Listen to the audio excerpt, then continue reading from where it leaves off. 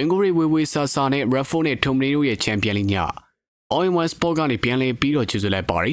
Manchester United ကစားသမားဟောင်းတွေဖြစ်ကြတဲ့ Marcus Raffo နဲ့ Scott McTominay တို့ကချန်ပီယံလိမှာခြေစွမ်းပြတွင်ကိုရီကိုတွင်ယူနေခဲ့ကြပါရီ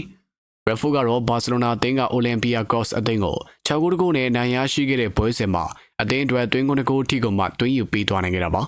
Raffo ကတော့ပွဲချိန်84မိနစ်နဲ့89မိနစ်တွင်မှာဘာစီလိုနာအသင်းအတွက်အနိုင်ဂိုးတွေကိုတွင်ယူပေးသွားနိုင်ခဲ့တာပါ။